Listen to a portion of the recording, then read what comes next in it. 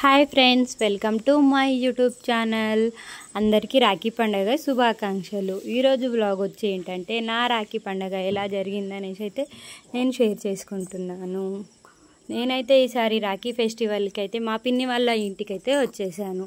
మా పిన్నికి 3 కొడుకులు, సిస్టర్స్ లేరన్నమాట. మా బ్రదర్స్కి నన్ను అయితే వాళ్ళు సిస్టర్ లాగా చూసుకుంటారు. ఎప్పటికీ నేను వాళ్ళకి రాఖీ కట్టడానికే వెళ్తాను.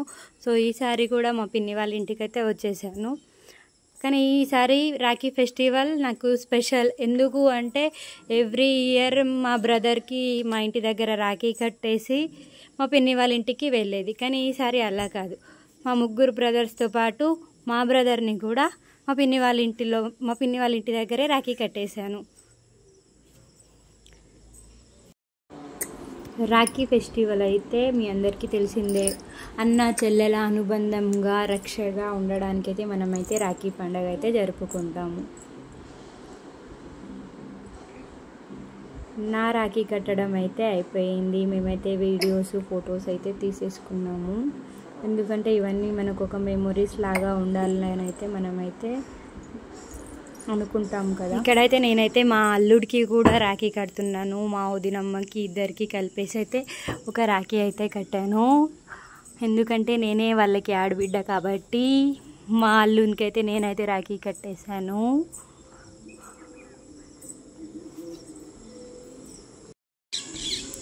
నా రాఖీ కట్టడం అయిపోయింది అండ్ స్వీట్స్ అయితే పెట్టేస్తున్నాను. స్వీట్స్ అయితే మేము రెడీ చేసిన రవ్వ లడ్డు అయితే మా బ్రదర్స్కి అయితే పెట్టేశాను.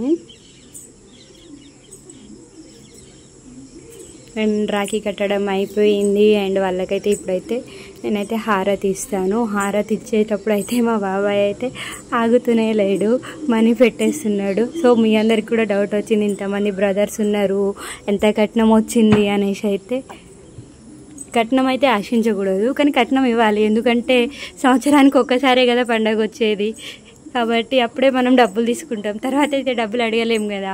ఆపదలో కష్టాల్లో ఉన్నప్పుడు ఏమన్నా సాయం అయితే చేస్తారు కదా.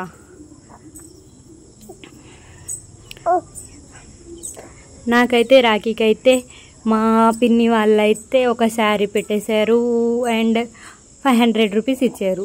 మా ఓన్ బ్రదర్ వచ్చేసి నాకైతే 1000 రూపీస్ కట్నం పెట్టేశాడు. ఇది నా వ్లాగ్, నా Rakhi celebration. So please share, subscribe Meena Ramesh YouTube channel.